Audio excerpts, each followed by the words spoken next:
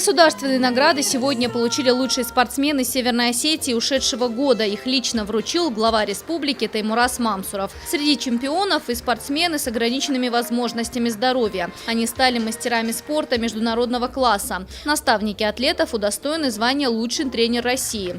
Кроме этого, каждый получил денежное вознаграждение. В ежегодной церемонии чествования спортсменов и тренеров в Северной Осетии участвовали всего 100 человек. Мы знаем всех вас, за каждого из вас переживали. Мы знаем, что вы являетесь примером для тех, кто идет в спортзалы, на площадки, на поля. Вы имена, вы звезды, вы уже прославили себя, а это, особенно для мужчины, иногда становится и правильность, становится смыслом жизни. Прославить себя, свою фамилию, свой народ и защищать интересы своей республики, а если надо и нашего государства. У вас это получается, и спасибо вам за это.